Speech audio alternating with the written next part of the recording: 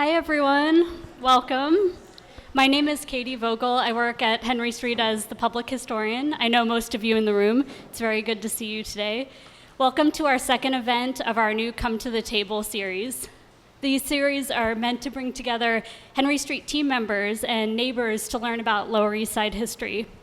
Our founder, Lillian Wald, hosted leaders of workers' unions and founders of the NAACP right here in this historic dining room. And this event series brings back this tradition of speaking about important issues and is a way for us to all come and spend time together. Thank you to Learn at Henry Street for supporting these events, and to our communications team and Abrams Art Center for helping to make them happen. Today, I'd like to welcome author Cynthia Carr and our moderator, who is a playwright and public historian, Jimmy Fay. It's an honor to have you here today.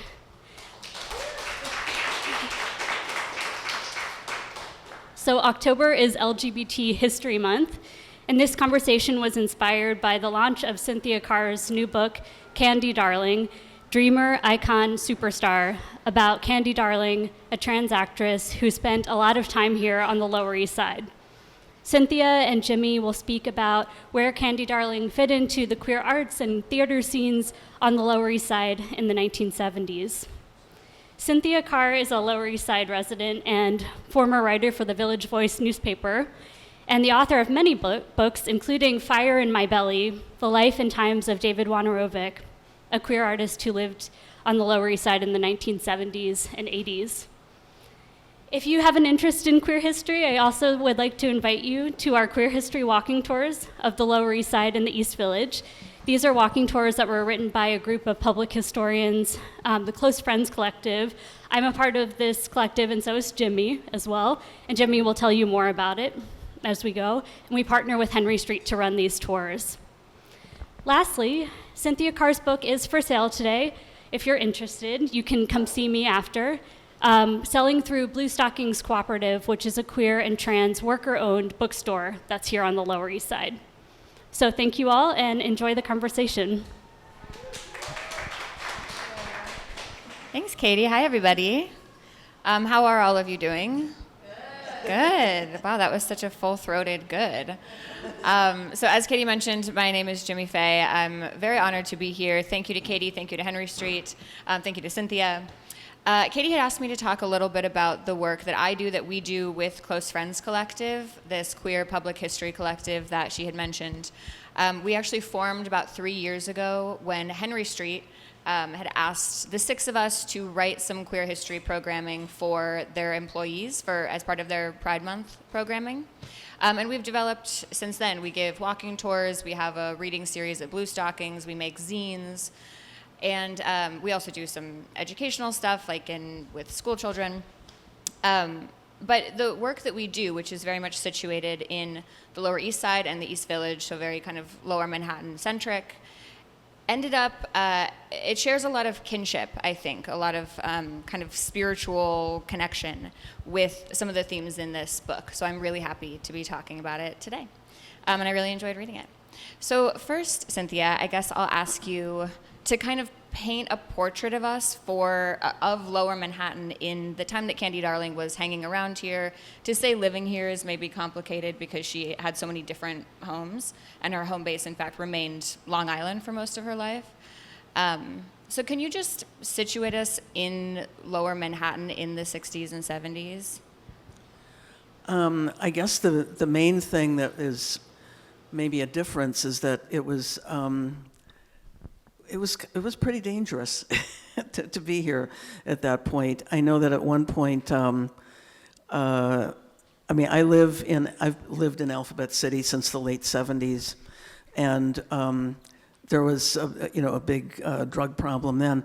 But Candy was around when her friends Jackie Curtis and Jane County had a place at, I think it was 13th Street and Avenue A, and Jane County told me that they never felt really at ease in the neighborhood. They'd walk down the street and people would throw things at them, and that once someone hit Jackie with a football thrown at him, and also I found a story about Charles Ludlam of the Ridiculous Theater was living a block away, and said that one day he went into his kitchen to make a sandwich, and when he got back to his desk, his typewriter was gone.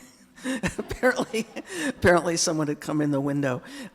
So it was, it was sort of dangerous. I know later in her life, Candy was in a Tennessee Williams play that started, she wasn't in the play when it was down here, it was on 4th Street in what is now New York Theater Workshop. Then it was called the Truck and Warehouse Theater. And they were having trouble selling tickets, and they thought one of the reasons was the location, because it was very close to the Bowery, where there was, at that point, there were Bowery bums, as they were called, and lots of homeless people, alcoholics mostly.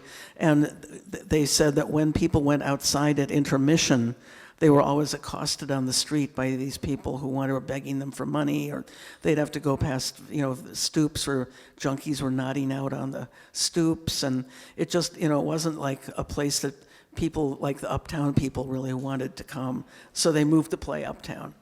But the other thing is that, of course, it was very cheap to be here. So that was a good thing. And it was cheap even when I moved in the 70s. It was still pretty cheap. And that's why I can never move. Because I'm rent stabilized. I can never move. So, it was just different times. And I remember it when I was covering performance back in the 80s, I would go to ABC No Rio on Rivington Street, and it always felt a little, a little dicey to come below Houston. But even going to like Club Chandelier on Avenue C, or 8BC, which was on 8th between B and C, I often, when I'd walk there, the shows I was covering would start at midnight or something. So I often would walk down the middle of the street, like 8th Street. There was only one other occupied building on the block, and there were lots of shooting galleries. And just so I would walk down the street thinking like, okay, if someone emerges, I've got a head start, because I'm not on the sidewalk. And so, it was still a bit dicey in the 80s. Yeah, so thank you for that. You've given us a pretty vivid depiction of some of the grittier aspects of this neighborhood during that time. But it also seems to me like there was a lot of life and community and sort of artistic vibrancy, especially. And Lower Manhattan at that time being such an epicenter for queer and trans life too, which one has to assume is partly because it was cheap, as you said, right? But I wondered if you could talk a little bit about Candy's communities, maybe specifically artistic communities. I'm thinking about La Mama, Cafe Chino, some of the theaters where she was working, the so-called off Broadway scene. And the Lower Manhattan as the epicenter of that movement. Cafe Chino opened in the late 50s. I wrote that, I didn't write it down, but it was like 1957 or 58. And that was in the Greenwich Village, on Cornelia Street, very small.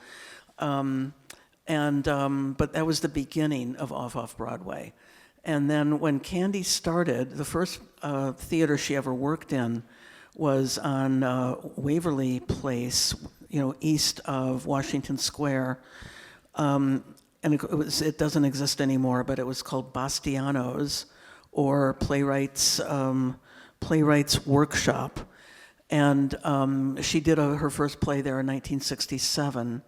And that was the interesting thing about that unusual thing is that Bastiano, the guy who opened it, was part of the mafia, and he had done 3 stints in prison, and for auto theft and drug dealing, whatever. And during the 3rd one, he decided, I'd rather be in the theater. And he was able to really get out of me. He had a brother also in the mafia who was very high up in the mafia. I don't think it's really a group you can actually leave, but I think in his case, he had this very powerful brother who was someone who like adjudicated between the 5 families. He knew all the big mafia people, so I guess he got his brother permission to just open this theater. So the play that Candy was in there was called Glamour, Glory, and Gold. It was written by Jackie Curtis, and it was actually the first huge hit that was ever at Bastiano's. Because he was not exactly a theater person, and hadn't had much success. But after Glamour, Glory, and Gold, his theater was, they had to extend the play that was packed every night, and it was a big success. And at this same time, Ellen Stewart had started La Mama in the East Village. Her first theater was in the basement of some tenement building on 9th Street, and she kept having to move her place because she was always in trouble with the buildings department, the health department, the fire department, the police department. Someone accused her of running a brothel for some reason. I mean, she was, and there was one, I think she was in like maybe 4 different locations before she ended up in the place that's still there on 4th Street. But I detail one in the book where she had had some advance warning that they were going to come and shut down her theater and arrest her because she had had so many other problems. They said, okay, one more and you're going to go to jail. So that night after the play, she came in and said to the spectators, okay, could everyone pick up their chair and maybe help with the table and the pictures on the walls and follow me. And so the whole theater moved down 2nd Avenue somewhere. I can't remember where the next one was, but then the officials showed up to arrest people and no one was there and nothing was there. So, that's what she would, then she got, she was really indomitable because there was no, at one point I remember talking about how a lot of the off-Broadway scene was actually funded by the NEA. But when she, so that's why the culture war was so damaging to, a lot of people who were the downtown people.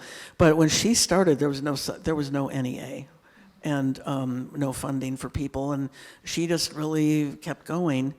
And she finally got a Rockefeller grant. And that's how she got the building on 4th Street, which, at that point, high crime neighborhood, cheap buildings, she was able to get it. And, and it's still there. That's the place that was recently remodeled. I don't know when she got the one, there are 2 locations of La Mama now. But I know the one that Candy appeared in was the old one that's just recently remodeled. And that opened in 1969. And and that's always been, starting at Cafe Chino, remember that depicting homosexuality on stage was illegal. And so there was a play at the Chino, the first one where there was a main character who was openly gay, that was in 1964. And, there's a history of off-Broadway where they point out that up until then, the gay characters were either off stage or already dead.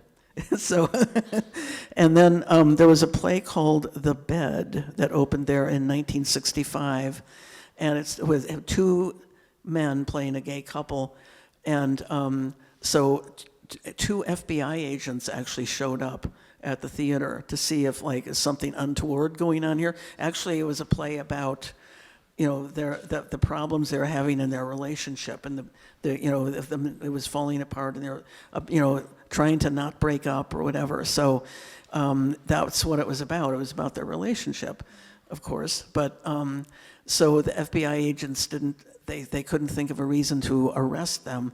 But you just weren't really supposed to be showing any homosexuality on stage, and that was at the Chino, and then at La Mama. One surprising thing I found out was that early on, Ellen Stewart kind of announced that I don't want to do anything campy here, but that changed because she supported a lot of playwrights who were like Tom Eyen, and then Jackie Curtis. They were all doing things, and at that point she said, no, nothing campy unless it's Tom Eyen. But then she really liked Jackie and would call Jackie one of her babies, and she was the mama and Jackie was the baby. So Vain Victory was done at La Mama, and in rehearsal at the La Mama rehearsal space for 6 months, as Jackie came in and constantly changed the play, and I saw an Esther Williams movie on TV last night. Let's add an underwater ballet, so things like that would just keep changing every few days. But so after 6 months, that finally did open at La Mama with every seat sold out. So I don't know if that's. Yeah, thank you. Okay. It's interesting because before reading this book, I only knew about Candy Darling as like a Warhol film star. Star is maybe even the wrong word, but part of Warhol's posse. And I feel like her image, her reputation in the movies is kind of like what we think of. But in fact, she had this really extensive relationship with the theater, and it was more. It's so unfortunate that none of those performances were recorded because no one had a video camera or a phone to do anything like that. So those are just gone. But everything I heard about her was that she was really good. And so there was that one moment she was in another play at the Bastiano place called Give My Regards to Off Broadway, and Tom Eyen wrote that play, and there was one night where she suddenly she forgot her lines, and then she looked up she had put up a picture of, what was it, Lana Turner, someone like that, and suddenly everything came back to her, and she said, Lana, what should I do? And then she remembered everything. And what Tom Eyen's response to all of her plays was that, she could do no wrong. She was great on stage. And, he had seen certainly a lot of, this is the guy who ended up doing Dreamgirls, he did a lot of work, successful work, and had seen lots of performances. And that was his judgment of Candy on stage.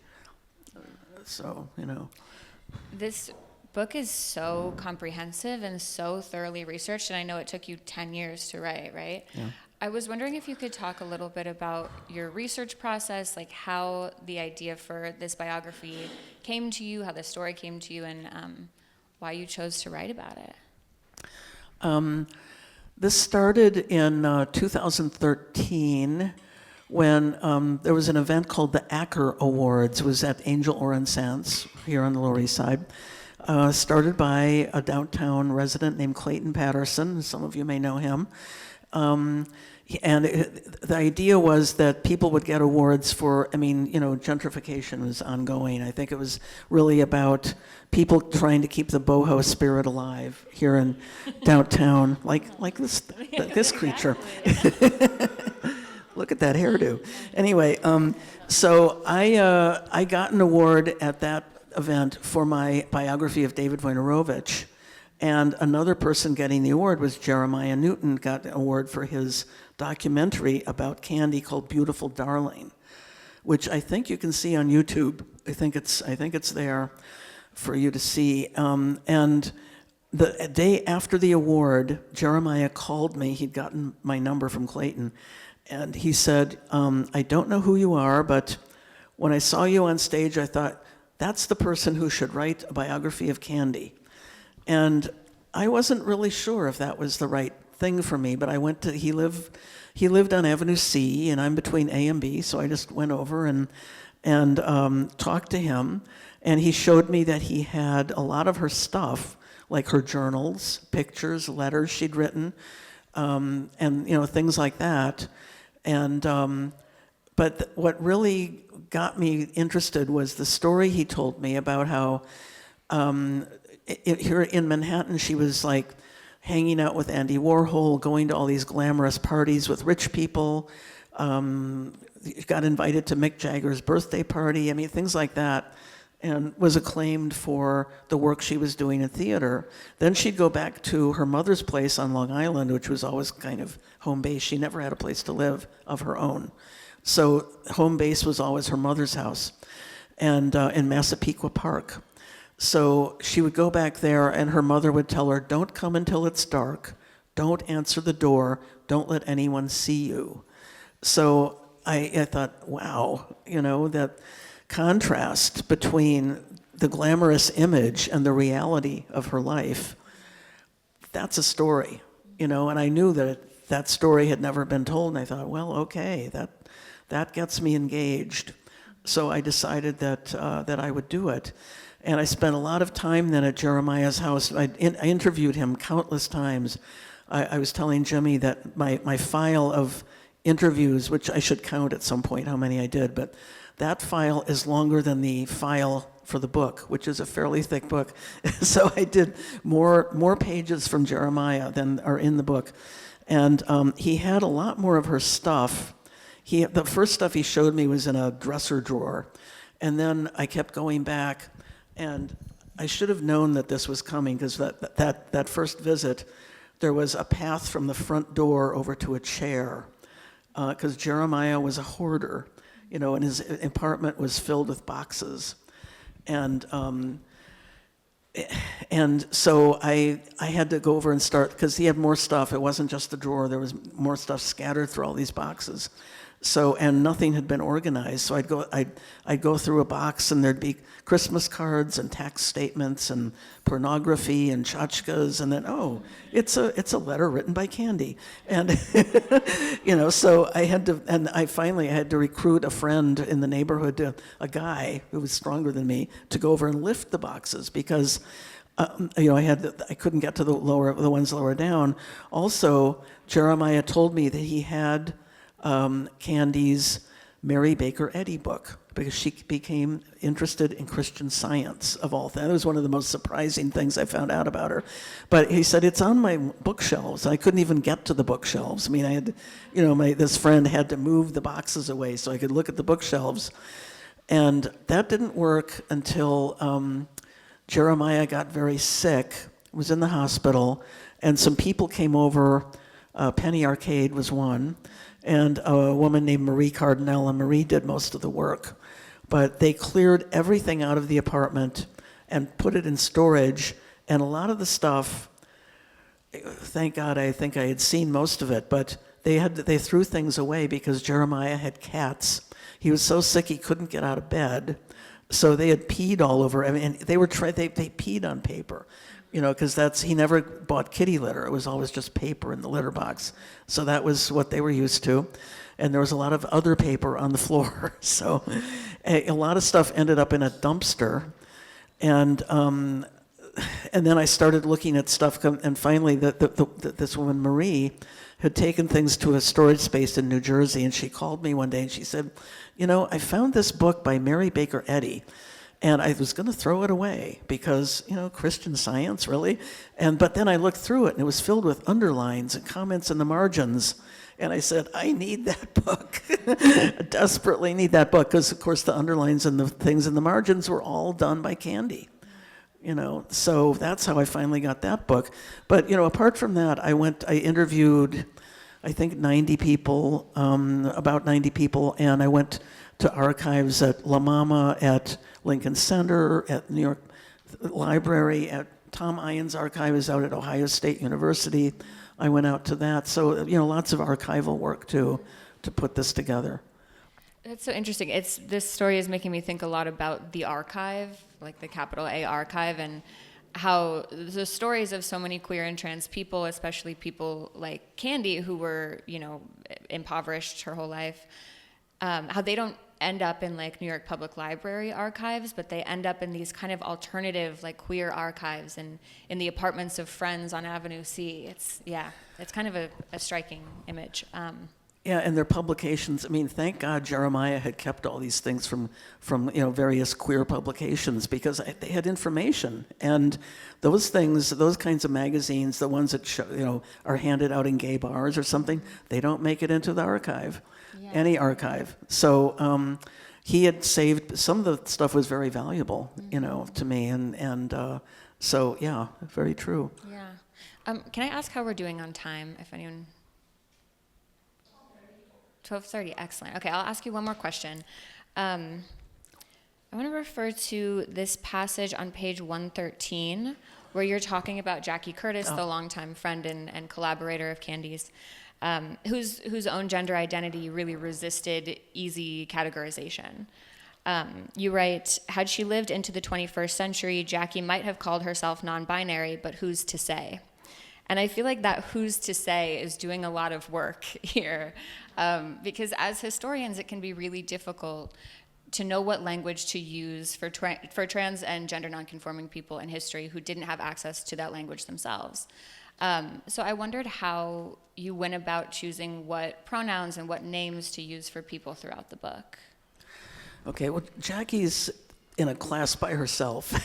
So, but well, maybe I'll do that first and talk about Jackie, because there was a quote that she gave to the New York Times, an article talking about how I'm not gay, I'm not straight, I'm not transgender, I'm not bisexual, she just resisted all categories, but ended up choosing to be labeled, to use the pronoun she, at some point, and I got a really great insight into that from her friend Augusto Machado, and I even wrote it down. It's because Augusto would say she, and Augusto said to me, it had nothing to do with attire or sexual identity. We referred to everybody as she, and here he means, the gay men in the downtown scene. And Augusto said, it was a common denominator that united us as outsiders. So I thought that was very important. And that's different from, Candy's use of she.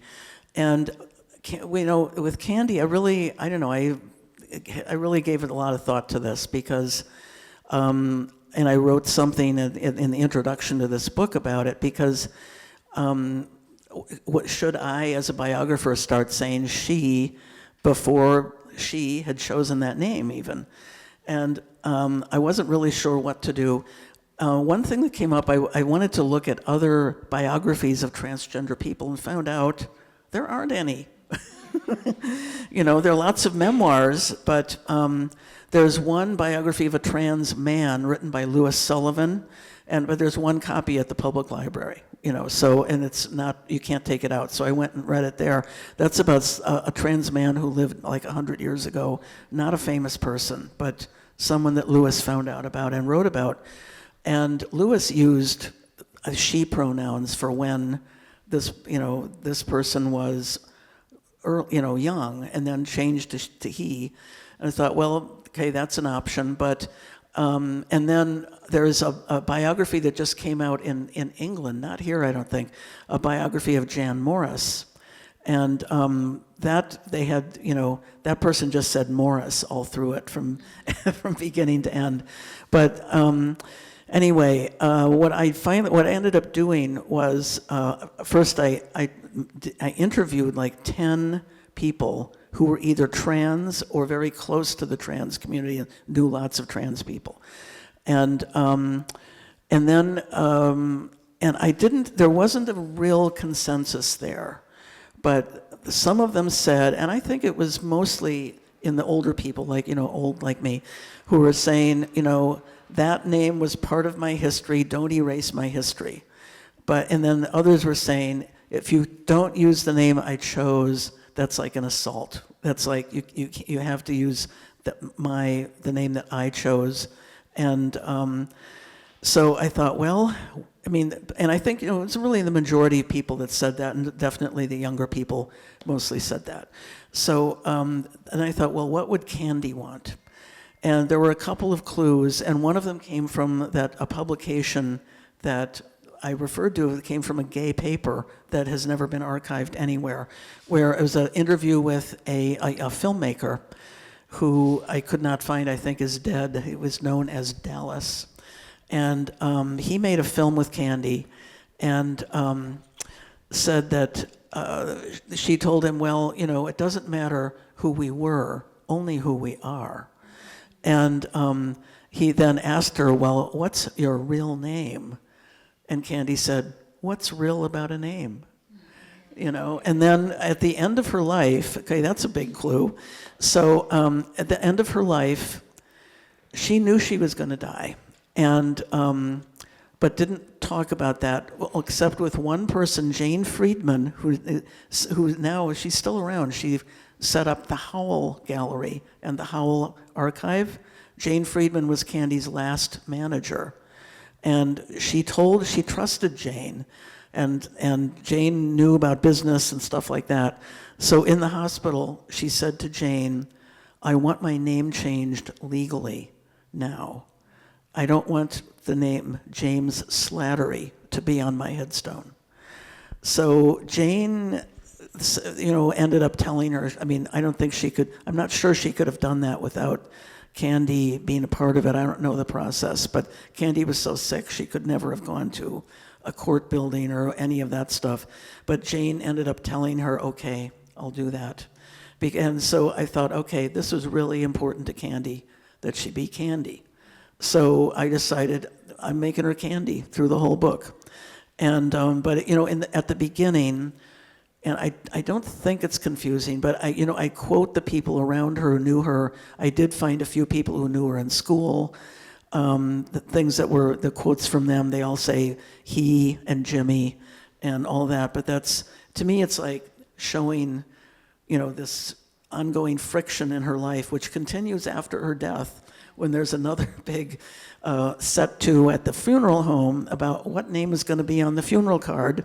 And, you know, so it's like that's part of her story, this thing about the name, but I ended up going with Candy. Yeah. Thank you. It's so, the more things change, the more they stay the same in our lives as trans people. I wanted to, before you have to leave, kick it over to Allie, if you're ready. Yeah, I'm ready. Okay. Allie Rosa Salas, right, is the head of Abrams Art Center, and I wanted to ask you how this resonates with you and the work that you do now. Sure. Can I hand you this? Okay. We'll go. Should I get? I'm sorry. Thank you. Hi, everyone. And thank you so much for this really, really enlightening conversation about Candy's life. She feels very present in the room. So thank you so much, Cynthia, for bringing this story to life, and Jimmy for your facilitation. And I was prompted to just connect this to the Art Center and to Henry Street, because I think that there is a lot to draw from, I think, in the communities that Candy was and is a part of, the legacy that she's left as it relates to what I think the Arts Center's mission is to be super connected to hyper-local cultural production. And I think hearing in this conversation the ways in which like a rootedness in place and relationships to people is really what culture is all about, is what I think is what makes Abrams really unique, in the sense that we are a contemporary arts presenter that's also a community-based arts organization that's also part of a social services agency. So I like to think, though, I don't think we've been able to verify this in the archive, is that Candy may have had some kind of relationship to what Abrams was about at the time. And I think contemporarily, what inspires me curatorially, I'm trying to figure out how to deal with everyone here in the room. I think what inspires me today, and I feel like, I don't want to speak on behalf of our team, but what I feel like what makes Abrams really special is that we're having like a hyper-local conversation, but that's really relevant to what's happening within our city and nationally and globally. And often I feel like a lot of the work that's being shared at Abrams is like not even off Broadway. It's just like in some other dimension.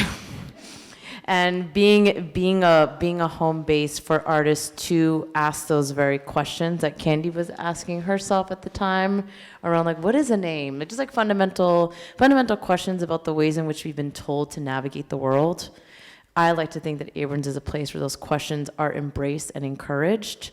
And so hope that the legacy and the bravery of artists like Candy to live her life the way she wanted to live it is that the Art Center is a place where we're continuing to encourage and support that life path as artists and as people and as New Yorkers. Yeah. Thank you so much. Thanks for bringing me in. Thank you. Just wanted to make sure we heard from you before you have to skedaddle. The sort of inextricability between the arts and mutual aid is something that is so present in this biography, and also something that the legacy of Abrams, I think, really bears out. So thank you. While you were talking, I just thought of something that sort of combines the downtown theater and what the neighborhood was like. After Candy did a play at a place called the Old Reliable. It was on 3rd Street. Pretty much, as far as I can tell, it's like basically where the Nuyorican Cafe is now. And the playwrights started going over there after the Chino closed, and they were doing plays there. And one of the playwrights said, when people in Candy did one play there, so one of the playwrights was known to, first of all, she said, you'll always get a crowd because people are afraid to walk over here by themselves. So they'll bring people with them. And then she said, and I just give the directions, turn left at the burning car. We can take a couple of questions from the audience now, maybe like 2, 3. We'll see what we have time for. Oh. Yeah. Hi, thank you. Speaking of archives, what happened to all of the materials that you took from Jeremiah's? Or did you not take them? Well, I would take them and copy them and then bring them back to his house. And so I have, as much as I could find at Jeremiah's, I have copies of all of it, including photos that some of them are in the book, which have now disappeared. I never found them again after the disaster at his apartment when stuff got thrown in a dumpster. The things that a lot of her stuff is at the Warhol Museum. I spent 2 weeks at the Warhol Museum going through a lot of her things. And the Howell Archive, run by Jane Friedman, who I mentioned, they also have some of her things. So, yeah. Thank you. Is there another question? I have about 10 questions, so I have to choose one. But I think your description is so interesting of the sort of gritty little off Broadway theaters that proliferated around here, which I'm just so fascinated by New York in the 70s and what it must have been like. But on the flip side, can you say a little bit more about what it meant to be a Warhol star? I mean, does that mean that she was in his movies and his paintings, or sort of more just a member of the Warhol kind of family, because that's how I see her described most of the time as a Warhol star. Yeah. She was in 2 of his movies, and she did hang out at the factory when it was on Union Square. She was never part of the Silver Factory, which was the famous one more uptown in the 40s somewhere, where they had, everything was lined with silver. But she hadn't met him yet. She was part of the Union Square factory where he was shot by Valerie Solanas, And often she would go there, and for one thing, they had a telephone. So she would go there to make phone calls and things like that. But she was, Warhol really liked her. And so he started taking her to parties as his date, and because he liked hanging out with her, and she was a perfect date. She was beautiful and she was witty, and unlike Jackie or Holly, she didn't steal things. So she was, and Augusto said she knew, like, when someone came up with a tray that you put your empty glass on the tray because she had seen it in the movies. So, she knew how to behave, and he just liked her. So also I found a number of instances where he gave her money, which really goes against his image as a skinflint. Where there was some comment in one of his diaries where he said that he had taken her somewhere and she looked really shabby, and I gave her $50, which at that point was $50 was worth quite a lot at that point. So anyway, it just also when he Richard Avedon did his famous picture of the factory. Candy was included in that. Warhol selected who he wanted to be there. And most of them were from the older days, like Gerard Malanga, Bridget Berlin, people who had been part of the Silver Factory, and Joe D'Alessandro and all those. But he also chose Candy. So I think she felt very honored to be in that picture. And Warhol he was really kind of fascinated by drag. And he just thought, he never spoke of Candy as being transgender, and she never told him that she was. He just didn't talk about it. So he decided that she was a drag queen, but he called her one of the true drags because, she always looked good and she could pass as a woman. She always did. And so but he did think of her as a drag queen. And, he was, that was a thing that fascinated him. So anyway. Do we have time for one more? Cool. Is there one more question?